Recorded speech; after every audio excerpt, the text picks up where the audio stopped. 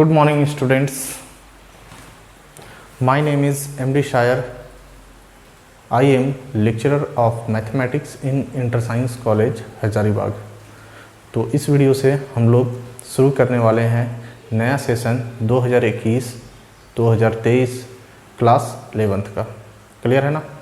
तो देखिए, subject mathematics हम लोग यहाँ पे स्टार्ट करेंगे और ध्यान से देखिएगा। पहले आपके पास पीडीएफ पहुँच जाएगा रिलेटेड टॉपिक का। आपको उस पीडीएफ को नोट कर लीजिए। आप उस पीडीएफ को नोट करने के बाद जो वीडियोस आएंगे आप वीडियोस भी देखिए, है ना, और बुक से क्वेश्चंस बनाने की कोशिश करिए। साथ ही साथ जो डाउट होगा उसके लिए ऑनलाइन क्लासेस की भी व्यवस्था रहेगी। ठीक है, तो यहाँ पे हम लोग देखेंगे पहले कि क्लास 11th में मैथमेटिक्स सब्जेक्ट में आपको क्या और कौन सा सब्जेक्ट कौन सा टॉपिक पढ़ना है ना, कौन कौन से चैप्टर्स हैं। पहले हम लोग उसको एक बार डिस्कस कर लेते हैं, है ना, कि सब्जेक्ट मैथमेटिक्स में कौन कौन से आपके चैप्टर्स आपको क्लास 11th में पढ़ने हैं। ठीक है, और कौन कौन से यूनिट्स हैं। तो अगर देखा जाए तो टोटल हम लोगों का जो क्लास 11th है उसमें सिर्फ और सिर्फ 6 यूनिट्स ही है। और अगर आप देखिएगा तो 6 यूनिट्स में 17-18 चैप्टर्स आ जाते हैं और उन चैप्टर्स को एक एक करके पढ़ना है। ठीक है, इस क्लास 11th में आपको, जिसमें कि जैसे कि फिजिक्स में या केमिस्ट्री में हम लोग देखते हैं कि 70 मार्क्स का होता है, 30 मार्क्स का प्रैक्टिकल होता है। मैथमेटिक्स में वैसा नहीं है, पूरा का पूरा ये जो है वो 100 मार्क्स का है। इसमें प्रैक्टिकल मार्क्स की व्यवस्था कोई नहीं है। ठीक है, तो यहाँ पे आपके पास एक अच्छा अपॉर्चुनिटी है कि आप फुल में फुल मार्क्स भी अच्छे से गेन कर सकते हैं। ये आपके हाथों में है। क्लियर है ना? अब बात ये है कि देख लेते हैं कि कौन कौन से चैप्टर्स को हम लोग इस वीडियो में इस पूरे 11th क्लास के दौरान डिस्कस करने वाले हैं। ठीक है, तो हमारे पास कितने यूनिट्स हम लोगों को पढ़ने हैं? टोटल 6 यूनिट्स पढ़ने हैं। और देख लेते हैं कि यूनिट 1 क्या है, यूनिट 2 क्या है, यूनिट 3, 4, 5, 6 क्या क्या है और कौन कौन से चैप्टर्स उसमें हैं। चलिए देखते हैं, है ना। देखिएगा बच्चे लोग, है ना, पहले मैं लिख लेता हूँ फिर आपको नोट करने का भी टाइम दिया जाएगा। तो यहाँ पे देख लेते हैं हम लोग सिलेबस ऑफ मैथमेटिक्स, है ना, फॉर क्लास 11th। ठीक है, क्लास 11th के लिए मैथमेटिक्स का सिलेबस क्या है ये हम लोगों को देखना है। क्लियर है? उम्मीद है आपको सब दिख रहा होगा, है ना। तो देखिए, सबसे पहले अभी बताया गया जैसा कि हम लोग यहाँ पे टोटल 6 यूनिट का अध्ययन करने वाले हैं, है ना। तो उन 6 यूनिट्स को देखते हैं। तो आप देखिए कि फर्स्ट जो है वो हमारा यूनिट नंबर 1। ठीक है, यूनिट नंबर 1 को बोला जाता है क्या? उसका जो नाम है वो है सेट्स एंड फंक्शंस। क्या नाम है यूनिट 1 का? Sets and functions. क्लियर है? यूनिट 1 का जो यहाँ पे नाम है वो है सेट्स एंड फंक्शन। अब इसमें कौन कौन से चैप्टर्स हैं वो हम लोग देखेंगे। ये एक यूनिट का नाम हुआ, यूनिट के अंदर में बहुत सारे चैप्टर्स होते हैं। तो इसमें जो हम लोग देखेंगे, ठीक है, चैप्टर नंबर 1 का नाम होगा सेट्स। क्लियर है ना? सेट्स या सेट थ्योरी भी लोग बोलते हैं। ठीक है, तो पहला जो चैप्टर का नाम होगा उसको क्या बोला जाएगा? सेट्स या सेट थ्योरी। ठीक है, दूसरा क्या?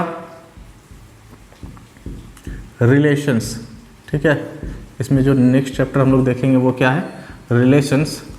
और फिर उसके बाद नेक्स्ट चैप्टर जो है वो है क्या? फंक्शन। और 4 नंबर में क्या है?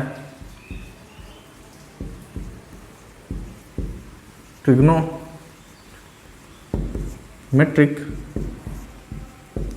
फंक्शंस। क्लियर है? तो आपको जो है यहाँ पे यूनिट 1 में टोटल 4 चैप्टर्स हैं और उसमें से फर्स्ट चैप्टर जो है वो सेट्स है, फिर रिलेशंस है, फिर फंक्शंस है और फिर ट्रिग्नोमेट्रिक फंक्शंस है। ठीक है, तो ट्रिग्नोमेट्रिक खुद में एक बहुत बड़ा चैप्टर है जो कि आपको इस यूनिट 1 के ही अंदर में पढ़ना है। ठीक है ना। तो आप देख लीजिए क्या क्या है, इसको नोट करिए, फिर हम लोग नेक्स्ट यूनिट देखते हैं, है ना। तो पहला है सेट्स, फिर रिलेशंस, फिर फंक्शंस और फिर क्या, ट्रिग्नोमेट्रिक फंक्शंस। इसको क्लियर करते हैं और नेक्स्ट यूनिट पे हम लोग आते हैं।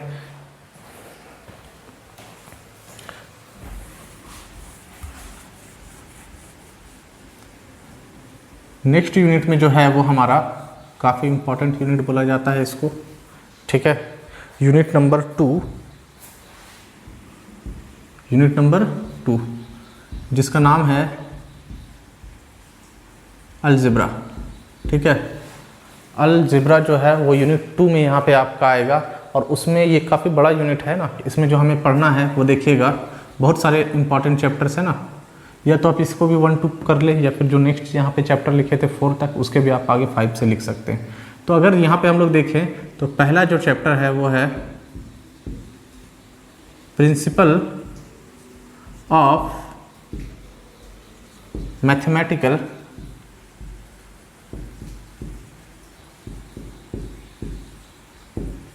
इंडक्शन।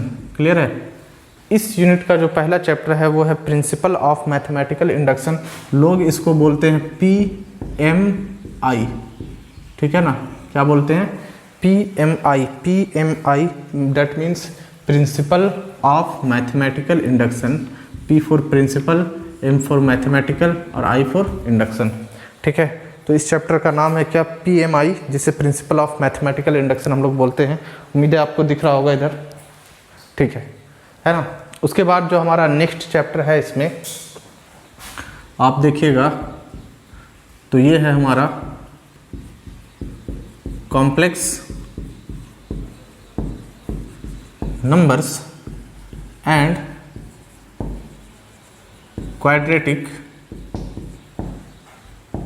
इक्वेशंस, ठीक है। Complex number and quadratic equations, ठीक है। कॉम्प्लेक्स नंबर और क्वाड्रेटिक इक्वेशन, ये यहाँ पे हमारा चैप्टर नंबर 2 होगा अलजेब्रा का, ठीक है। उसके बाद आप यहाँ पे देखिएगा लीनियर इन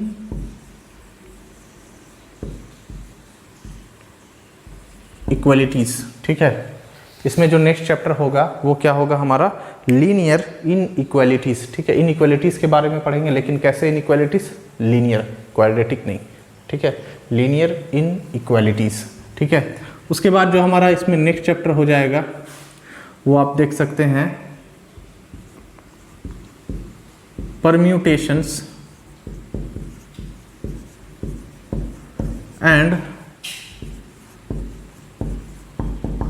कॉम्बिनेशंस, ठीक है। इसको लोग बोलते हैं P and C, P for permutation and और C फॉर कॉम्बिनेशंस, ठीक है। नेक्स्ट जो है वो परमुटेशंस एंड कॉम्बिनेशंस है। उसके बाद आप इसमें चैप्टर देख सकते हैं 5 में जो है वो आपका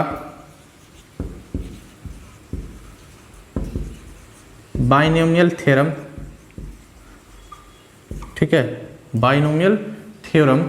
और नेक्स्ट जो है 6 नंबर है सीक्वेंस एंड सीरीज, ठीक है। तो यहाँ पे जो हो गया एक नेक्स्ट चैप्टर आपका सीक्वेंस एंड सीरीज, ठीक है। तो यहाँ पे जो है इस यूनिट में हम लोग 6 चैप्टर्स पढ़ेंगे। पहला क्या, principal of mathematical induction PMI, फिर क्या, complex numbers and quadratic equation, linear inequalities, permutation and combination, binomial theorem and sequence and series. तो अलजेब्रा में जो है वो हम लोग इतना चैप्टर्स को डिस्कस करेंगे, ठीक है ना। और आप इसको नोट करिए, एक बार इसका स्क्रीनशॉट लीजिए, है ना। फिर हम लोग नेक्स्ट देखते हैं। अब जो नेक्स्ट यूनिट होगा वो क्या होगा बच्चों, आपका नेक्स्ट जो होगा वो हमारा हो जाएगा यूनिट नंबर 3, ठीक है।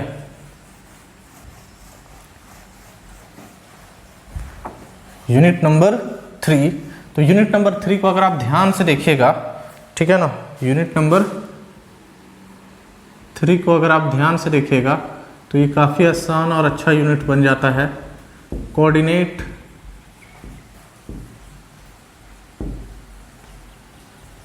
ज्योमेट्री, ठीक है। कोऑर्डिनेट ज्योमेट्री, जिसको आप निर्देशांक ज्यामिति भी बोलते हैं। इस यूनिट को पढ़ने से पहले आपको एक बेसिक आइडिया पता होना चाहिए डिस्टेंस फार्मूला का, डिवीजन फार्मूला का, एरिया ऑफ ट्रायंगल का, ठीक है, एंड लोकस का। तो इसके बारे में जब यूनिट स्टार्ट करेंगे तो थोड़ा सा हम लोग यहाँ पे डिस्कस करते हैं। जबकि आप क्लास 10th में distance formula, division formula, area of triangle है ना, दूरी सूत्र, विभाजन सूत्र, त्रिभुज का क्षेत्रफल etc पढ़ करके आते हैं। तो यहाँ से हम लोग इसको कंटिन्यू करते हैं। तो पहला तो हो जाता है एक बेसिक इसका, ठीक है, अगर बेसिक आपको आता है तो ठीक है ना, लेकिन जो इसका इंपॉर्टेंट चैप्टर्स है वो हम लोग देखेंगे। तो फर्स्ट जो इंपॉर्टेंट चैप्टर है स्ट्रेट लाइंस, ठीक है। नेक्स्ट हम लोग इसमें देखेंगे सर्कल्स, ठीक है, और फिर क्या कोनिक सेक्शंस। क्लियर है ना, straight line, circles, conic sections, और एक चैप्टर जो हो जाएगा 4 में इंट्रोडक्शन ऑफ 3D, ठीक है, 3 डायमेंशनल ज्योमेट्री का हम लोग इंट्रोडक्शन पढ़ेंगे, और बाकी 3D जो है वो क्लास 12th में पढ़ते हैं, ठीक है। जैसे कि आप क्लास 11th में क्लास 10th में कोऑर्डिनेट ज्योमेट्री का जो था डिस्टेंस फार्मूला, डिवीजन फार्मूला, ये सब इंट्रोडक्शन टाइप का ही था, तो आप उसको पढ़ के आएँ। तो यहाँ पे जो स्ट्रेट लाइन हो गया, सर्कल्स हो गया, कोनिक सेक्शंस हो गया, इन सबको यहाँ पे देखेंगे। उसी तरीके से क्लास 11th में आप यहाँ पे इंट्रोडक्शन पढ़ेंगे 3D ज्योमेट्री का, एंड देन पूरा 3D ज्योमेट्री हम लोग जो है वो फिर क्लास 12th में डिस्कस करते हैं, ठीक है। तो ये यूनिट यहाँ से रिलेट कर जाता है क्लास 12th की तरफ भी। तो ये भी एक इम्पॉर्टेंट यूनिट है कोऑर्डिनेट ज्योमेट्री, जो काफ़ी इंपॉर्टेंट है, ठीक है, नोट करिए आप इसको। नेक्स्ट हम लोग देखते हैं 3 यूनिट हुआ, 3 और है, ठीक है ना। वो तीनों जो बचा हुआ रेस्ट यूनिट है वो छोटा छोटा रहा है, उतना बड़ा नहीं होता है, लेकिन इम्पॉर्टेंट होता है, ठीक है। देखिएगा यूनिट नंबर 04, उसमें जो है कैलकुलस के बारे में हम लोग पढ़ेंगे, ठीक है। और कैलकुलस में आपको 2 चैप्टर्स पढ़ना है। एक तो हो गया आपका लिमिट्स, और दूसरा जो हो गया वो हो गया क्या, डेरिवेटिव्स, ठीक है ना। तो यहाँ पे हम लोग क्लास 11th में 2 चैप्टर पढ़ेंगे। यूनिट 4 में एक लिमिट्स और दूसरा क्या, डेरिवेटिव्स, ठीक है, लिमिट्स और डेरिवेटिव्स। और यूनिट 5 जो है उसका नाम ही है क्या, मैथमेटिकल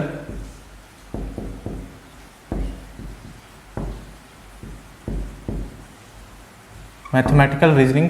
और इसमें जो चैप्टर है उस चैप्टर का नाम भी है वही, ठीक है, एक ही चैप्टर पढ़ना है और उसका नाम भी आप वही है, ठीक है, कोई अलग नहीं है, मैथमेटिकल रीजनिंग, ठीक है। तो इस यूनिट में जो है वो आपको 2 चैप्टर पढ़ना है, एक चैप्टर पढ़ना है, और एक चैप्टर जो है उसका नाम ही है मैथमेटिकल रीजनिंग, या यूनिट का नाम बोलिए आप मैथमेटिकल रीजनिंग, ठीक है ना। तो ये है यूनिट 4 में 2 चैप्टर, लिमिट्स एंड डेरिवेटिव्स। और यूनिट 5 में क्या, जो कैलकुलस होता है हमारा यहाँ पे यूनिट 4। यूनिट 5 जो है वो मैथमेटिकल रीजनिंग है, जिसके अंदर में हमको एक ही पढ़ना है, वो है क्या, मैथमेटिकल रीजनिंग, ठीक है। तो इसको नोट कर लीजिए आप, फिर हम इसको क्लियर करते हैं।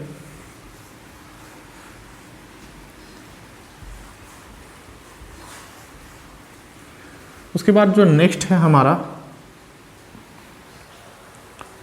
ठीक है ना, नेक्स्ट जो है वो हमारा वो क्या है आपका यूनिट 6।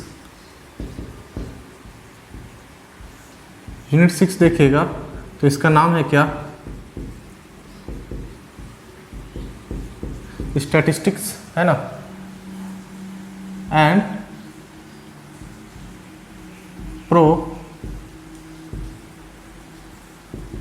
प्रोबेबिलिटी, ठीक है। इसका नाम क्या है, स्टैटिस्टिक्स एंड प्रोबेबिलिटी, यहाँ पे इस होगा, है ना, सांख्यिकी और प्रायिकता, ठीक है। तो इसमें जो हमको पढ़ना है वो है फर्स्ट आपका वो है स्टैटिक्स, और दूसरा क्या, प्रोबेबिलिटी। ठीक है, तो ये दो जो है वो आपको पढ़ना है यूनिट 6 में, स्टैटिक्स एंड प्रोबेबिलिटी। ठीक है, जो कि यूनिट का नाम ही है। तो लास्ट का जो 3 यूनिट है उसमें ज़्यादा टाइम लगता नहीं है, आपको जो है ध्यान से वो पहले 3 यूनिट पढ़ लेने हैं उसके बाद। ठीक है, और यहाँ पे जो फुल मार्क्स आपका होने वाला है इन सारे चैप्टर्स को मिला करके, ठीक है, वो क्या होगा 100, और पास मार्क्स जो आपका रहेगा वो 33। ठीक है ना, तो ये हो गया सिलेबस। इतने यूनिट्स थे और इतने चैप्टर्स थे जिसको हम लोग काफ़ी आसानी से देखें, और एक बार आप इसको लिख लीजिएगा, है ना। जब जो चैप्टर पढ़ाया होते जाएगा उसके बाद जो बचा रहेगा आपको एक बेसिक आइडिया उसका पता रहेगा कि सर ये चैप्टर्स बचा है, ये बचा है ना। तो उसको धीरे धीरे फिर सबको हम लोग कंप्लीट करने वाले हैं। तो एक बार आप इसको नोट कर लीजिए। अब हम लोग जो है वो थोड़ा क्लास 11th को स्टार्ट करने से पहले कुछ बेसिक बातों को जानेंगे, नंबर सिस्टम के बारे में जानेंगे, है ना, क्योंकि उन बेसिक बातों का यूज़ जो है वो थोड़ा बहुत होता ही रहता है। ठीक है, क्योंकि हम लोग जो स्टार्ट करेंगे यहाँ पे फर्स्ट जो आपका क्लास 11th का मैं जो चैप्टर स्टार्ट करूँगा, जो मेरा पोर्शन है, ठीक है, तो कुछ अलजेब्रा का पोर्शन है और कुछ कोऑर्डिनेट ज्योमेट्री का पोर्शन है। बाकी जो है बचे हुए चैप्टर्स वो और भी टीचर्स हैं वो आपको धीरे धीरे पढ़ाएंगे।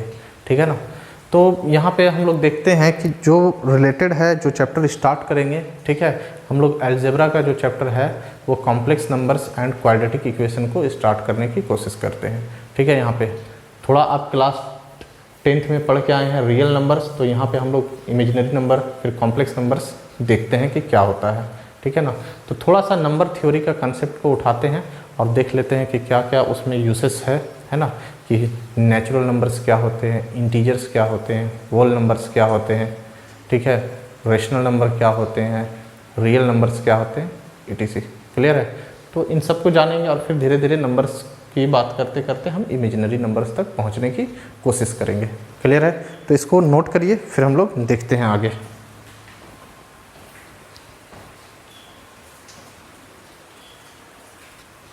चलिए बच्चों इसको क्लियर करते हैं ना।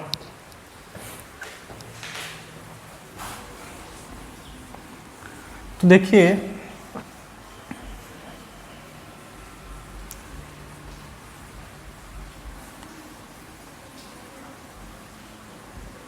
तो बेसिक में हम लोग जानेंगे पहले, है ना,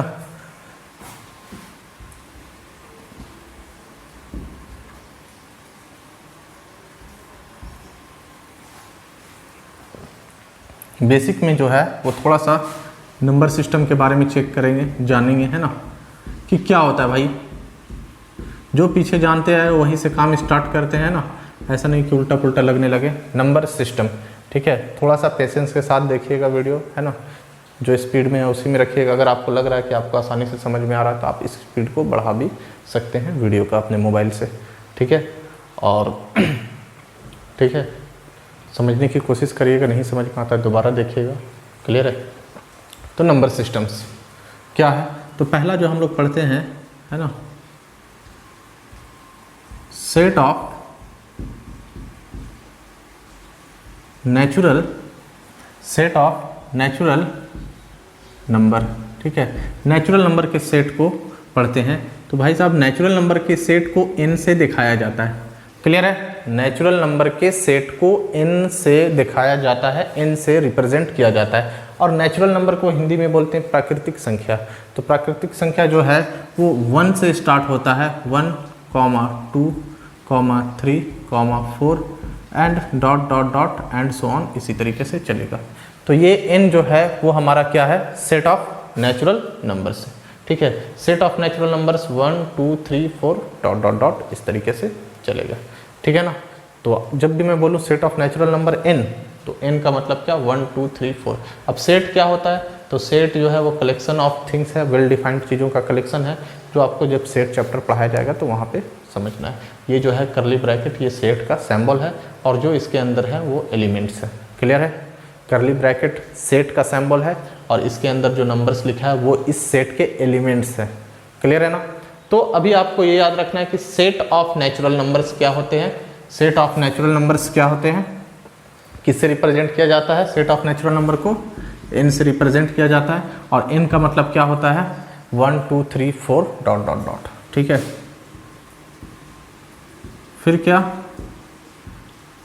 सेट ऑफ होल नंबर्स, ठीक है ना। सेट ऑफ होल नंबर्स को W से रिप्रेजेंट किया जाता है यहाँ पे, है ना। और ये होता है, ठीक है, होल मतलब क्या, नेचुरल नंबर में सिर्फ आपको, ठीक है, 0 ऐड कर देना है। नेचुरल नंबर का सेट 1 से स्टार्ट होता है ना, 1 2 3 4, तो आपको 0 स्टार्ट कर देना है, 0 1 2 3 4 डॉट डॉट डॉट इस तरीके से एंड सो ऑन, ठीक है ना। तो ये हो गया हमारा क्या, set of whole numbers. Set of whole numbers क्या, 0 1 2 3 4 लाइक दिस, ठीक है। उसके बाद 3 में हम लोग क्या देखेंगे, ये जो है वो काफ़ी इम्पॉर्टेंट है, जिसको बोलते हैं क्या, set of integers. Set of integers, set of integers. Integers को हिंदी में बोला जाता है पूर्णांक, जो अंक पूरा पूरी हो, ठीक है ना, जो अंक पूरा पूरी हो उसको हम लोग क्या बोलेंगे, पूर्णांक। तो सेट ऑफ इंटीजर्स कहाँ से होता है बच्चों स्टार्ट, तो सेट ऑफ इंटीजर्स जो है वो शुरू होता है आपका, देखिएगा एकदम आसानी से देखिएगा, सेट ऑफ इंटीजर्स को किससे दिखाते हैं, या तो आप दिखाइए इसको z से, या आप z से नहीं दिखाते तो आप दिखाइए i से, दो नाम है इसका, i फॉर इंटीजर, है ना। ये सेट ऑफ इंटीजर को z से भी रिप्रेजेंट किया जाता है, क्लियर है ना। तो ये यहाँ पे लिख दें हम, i इज इक्वल टू, एक तो 0, ठीक है, ये वाला set, whole number 1 2 3 4 dot dot dot, और इसको नेगेटिव साइड में भी बढ़ा दीजिए, -1 -2 -3 डॉट डॉट डॉट, ठीक है। तो ये हो गया हमारा सेट ऑफ इंटीजर्स, क्या, 0 1 2 3 4 डॉट डॉट डॉट, और फिर -1 -2 -3 डॉट डॉट डॉट। तो ये हो गया सेट ऑफ इंटीजर्स, याद रखना। या फिर बहुत लोग ऐसे भी लिख देते हैं इसको, 0 +-1 +-2 +-3 dot dot dot. Whole number के सेट में आप प्लस माइनस ऐड कर दीजिए, ठीक है। तो प्लस वाला इधर लिख दिए, माइनस वाला इधर लिख दिए, ठीक है ना। ये हो गया हमारा क्या, सेट ऑफ इंटीजर्स, क्लियर है। अब आते हैं क्या, इसको नोट कर लीजिए, ठीक है। अब आते हैं हम लोग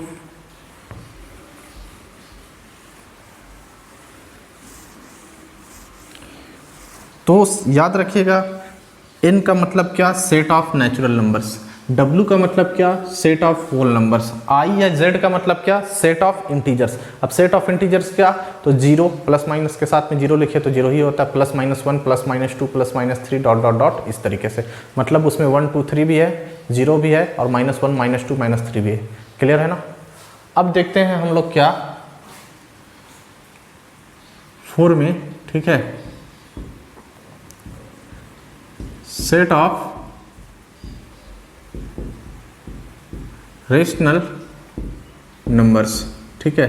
सेट ऑफ रेशनल नंबर्स को किससे दिखाते हैं बच्चों, Q से दिखाते हैं। सेट ऑफ रेशनल नंबर को Q से दिखाते हैं, और Q का जो है वो ऐसे जो है वो टेबुलर फॉर्म में लिखना तो आसान नहीं है रेशनल नंबर को, तो हम लोग इसमें सेट बिल्डर का यूज़ करेंगे। वैसा नंबर जो P/Q के रूप में लिखा जा सके, जहाँ पे Q is not equal to 0, और P, Q जो है वो बिलोंग करेगा किस में, इंटीजर में, ठीक है। जिस नंबर को P/Q के रूप में लिखा जा सके और Q 0 ना हो, और जहाँ पे P और Q इंटीजर में बिलोंग करे, ऐसे नंबर को हम लोग क्या बोलते हैं, सेट ऑफ रेशनल नंबर। अब इसी का जस्ट उल्टा, ठीक है, सेट ऑफ मतलब इसी का complement just set of irrational number. तो सेट ऑफ इर्रेशनल नंबर क्या है, रेशनल को हिंदी में परिमेय बोलते हैं। परिमेय संख्या क्या, जो P/Q के रूप में व्यक्त किया जा सके, जहाँ पे Q 0 नहीं हो और P और Q पूर्णांक में रहे, ठीक है, वैसे नंबर्स को हम लोग बोलते हैं set of rational numbers. Set of irrational number क्या, तो वैसा नंबर्स जो रेशनल ना हो उसको क्या बोलते हैं, इर्रेशनल नंबर। इर्रेशनल नंबर का क्या, जो संख्या परिमेय ना हो उसे हम क्या बोलते हैं, अपरिमेय संख्या, ठीक है। ये याद रख लीजिएगा। सेट ऑफ रेशनल हम लोग आ गए। सेट ऑफ रेशनल के बाद अब होता है सबसे important, set of real numbers, ठीक है। Set of real numbers, set of real numbers को यहाँ पे R से रिप्रेजेंट करेंगे, ठीक है। सेट ऑफ रियल नंबर्स, है ना। कहीं कहीं किताब में इसको ऐसा भी लिखा रहेगा, बीच में काटा रहेगा ये, ठीक है, जेड में, अगर इंटीजर में देखेंगे तो ये है हमारा क्या, सेट ऑफ रियल नंबर्स। अब देखिएगा ध्यान से, यहाँ से आपका स्टार्ट होता है, ठीक है। क्या है set of real numbers? Class आप 10th में पढ़ करके आते हैं कि वास्तविक संख्याएं क्या है, हिंदी में इसको वास्तविक संख्याएं बोलते हैं। तो वास्तविक संख्याएं क्या है, तो आप देखिएगा ध्यान से, तो अगर जितना परिमेय संख्या है और जितना अपरिमेय संख्या है, सबको अगर एक जगह रख दें तो पूरा वास्तविक संख्या का सेट बन जाएगा। मतलब रेशनल नंबर और इरेशनल नंबर को अगर एक जगह यूनियन कर दें उनका, तो जो बन करके आएगा वो हमारा क्या हो जाएगा, रियल नंबर का सेट तैयार हो जाएगा, ठीक है। तो रेशनल, है ना, सेट ऑफ रियल नंबर का मतलब क्या, सेट ऑफ रेशनल, है ना, नंबर्स, और ये union set of irrational numbers.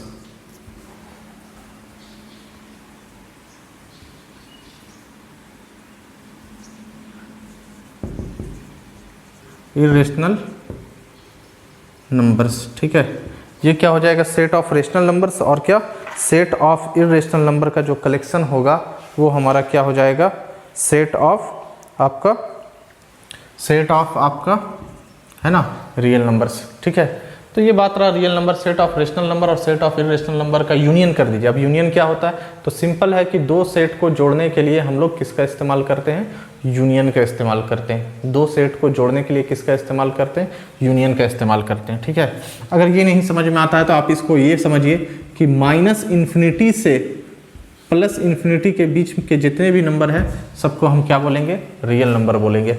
Minus infinity से प्लस इन्फिनिटी के रूप में जितने भी नंबर्स हैं सबको रियल नंबर बोलेंगे। या फिर आप इसका एग्जैक्ट डेफिनेशन अगर देखना चाहते हैं, ठीक है, इसको क्लियर करते हैं हम जरा, है ना, कि अगर आपको इसका डेफिनेशन पता करना है, ठीक है, तो देखिएगा कि क्या है सेट ऑफ रियल नंबर को क्या बोलेंगे। पहला तो रेशनल या इरेशनल का यूनियन कर दीजिए तो आपको सेट ऑफ रियल नंबर मिलता है। या फिर माइनस इन्फिनिटी से प्लस इन्फिनिटी के बीच के जितने भी नंबर्स हैं सबको हम क्या बोलेंगे, रियल नंबर बोलेंगे। या फिर, है ना, या फिर इस डेफिनेशन को ध्यान से देखिएगा,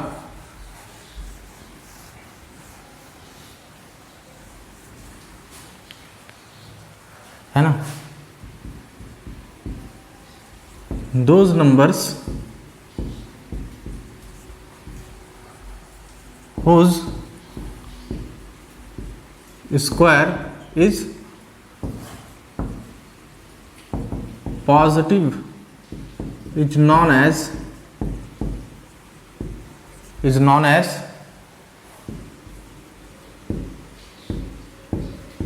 रियल नंबर्स, ठीक है। वैसा नंबर जिसका स्क्वायर करने पे पॉजिटिव वैल्यू दे उसको हम लोग क्या बोलेंगे, रियल नंबर। अब आप देखिए क्या है, क्या -2 एक रियल नंबर है, क्या 3 एक रियल नंबर है, क्या 7 एक रियल नंबर है, क्या 1.2 एक रियल नंबर है कि नहीं है, ठीक है। क्या √2 एक रियल नंबर है या नहीं है, इसके बारे में हम लोग जानने की कोशिश करेंगे, ठीक है। तो -2 अगर रियल नंबर है या नहीं, आपको क्या करिए, आप -2 का स्क्वायर कर दीजिए। स्क्वायर करने पर क्या मिला आपको, -2 का स्क्वायर 4 होगा, ठीक है ना। अब 4 कैसे होगा इसको भी देख लीजिए। तो -2 into -2 2 times, minus minus plus 2 2 4। क्या ये पॉजिटिव है, प्लस में आया ना जी, तो ये पॉजिटिव है, तो ये एक क्या है, रियल नंबर है, ठीक है। ये एक रियल नंबर है, ये नंबर बिलोंग करेगा किसके, रियल नंबर के सेट में। ये बिलोंग्स टू का सिंबल है, ठीक है। ये क्या, 3 का स्क्वायर, तो 3 का स्क्वायर क्या होता है बच्चों, 9। और आपको दिख रहा है कि ये एक पॉजिटिव है, पॉजिटिव वैल्यू है ना, पॉजिटिव वैल्यू, मतलब ये भी जो है 3 भी है, वो रियल नंबर के सेट में आएगा। 7 का अगर आप स्क्वायर करिएगा तो कितना होगा 7 का स्क्वायर, 49, और 49 इज ऑल्सो पॉजिटिव, ठीक है। तो ये भी बिलोंग करेगा रियल नंबर के सेट में, मतलब ये भी एक रियल नंबर है। 1.2 का क्या हो जाएगा, तो 1.2 का हो जाएगा 1.44, है ना, 1.44 जब आप इसका स्क्वायर करिएगा, ठीक है ना। तो 1.44 ये भी एक क्या है, पॉजिटिव वैल्यू है, ठीक है। और ये भी क्या करेगा, आर में बिलोंग करेगा, मतलब ये भी एक रियल नंबर है। √2 का मतलब क्या, √2 का आप स्क्वायर करिए तो ये हो जाएगा, स्क्वायर से रूट आप तो हटाने जानते हैं ना, तो ये हो गया 2, और ये भी क्या हो गया हमारा पॉजिटिव वैल्यू, मतलब ये भी बिलोंग करेगा आर में। तो मतलब वो नंबर्स, ठीक है, जिनका स्क्वायर करने पे पॉजिटिव आए उसको हम लोग बोलेंगे रियल नंबर्स, ठीक है। सीधा सा डेफिनेशन था रियल नंबर का। या फिर -∞ से +∞ के बीच के सारे नंबर को रियल नंबर कहते हैं, ठीक है। या फिर रेशनल और इरेशनल, परिमेय और अपरिमेय सेट का अगर यूनियन कर दें, ठीक है, तो उसको हम लोग क्या बोलते हैं, रियल नंबर बोलते हैं। तो ये यहाँ पे रियल नंबर था। और अभी तक आप ऐसा नंबर ही पढ़े हैं जिसका स्क्वायर करने पे आपको हमेशा पॉजिटिव वैल्यू मिला है। अभी तक आप ऐसे नंबर्स के बारे में ही पढ़े हैं जिसका स्क्वायर करने पे आपको सिर्फ और सिर्फ कैसा वैल्यू मिला है, पॉजिटिव वैल्यू ही मिला है। लेकिन कुछ ऐसे नंबर्स भी हैं जिनको हम देखना चाहेंगे, ठीक है, जिनका स्क्वायर करने पे पॉजिटिव नहीं आता है। तो कैसे नंबर्स हैं जिनका स्क्वायर करने पे पॉजिटिव नहीं आता है, ठीक है। तो जरा देखते हैं क्या है वो, कौन से नंबर हैं जिनका स्क्वायर करने पे पॉजिटिव नहीं आता है, ठीक है। तो अभी तो आपको बताया गया जिसका स्क्वायर करने पे पॉजिटिव उसे हम रियल घोषित कर देते हैं। लेकिन कुछ ऐसे नंबर्स हैं, जैसे अगर मैं बोलूं बच्चों √2 का स्क्वायर, -2 ये रियल है, √7 क्या रियल है, √-9 क्या रियल है, √-144 क्या रियल है, √-1.67 क्या रियल है, ठीक है।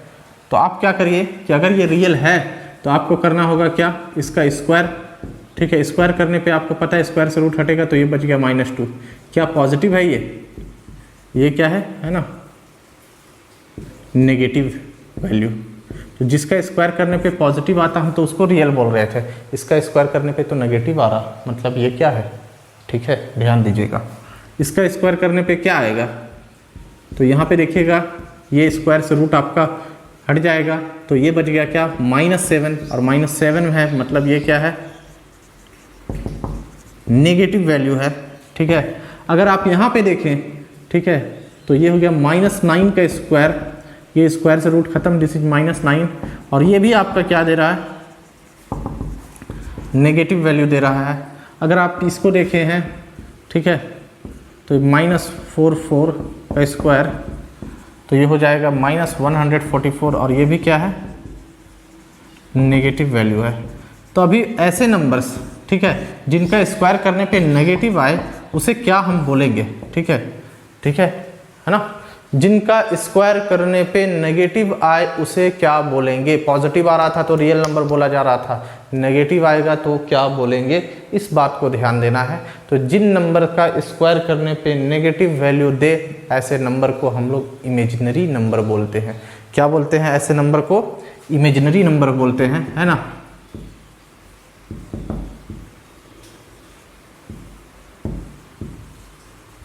ठीक है, ऐसे नंबर्स को हम लोग क्या बोलते हैं, इमेजिनरी नंबर्स बोलते हैं। वैसे नंबर्स जिनका स्क्वायर करने पे आपको नेगेटिव वैल्यू दे उसको क्या बोलें, हम लोग इमेजिनरी नंबर बोलेंगे, ठीक है।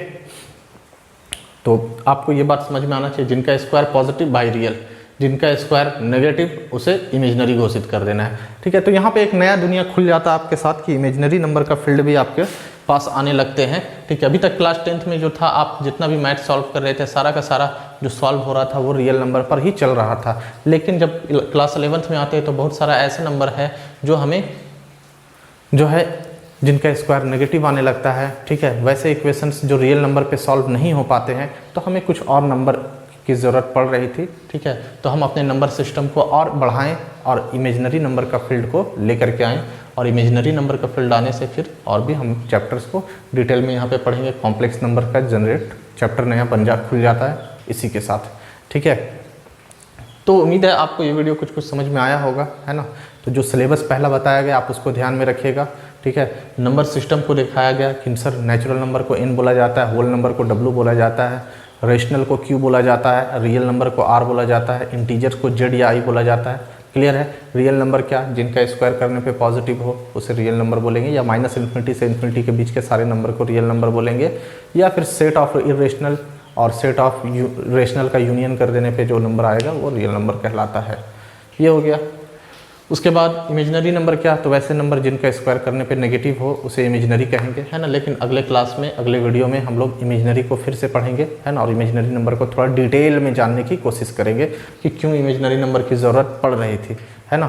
तो यहाँ पे हम लोग उसका बैकग्राउंड अगले वीडियो में फिर से तैयार करेंगे, है ना। तो यहाँ पे वीडियो को ज़्यादा लंबा भी नहीं करना है, आप यहाँ तक नोट करिए, अच्छे से देखिए इसको। आज के लेक्चर को यहीं पे एंड करते हैं। थैंक्स।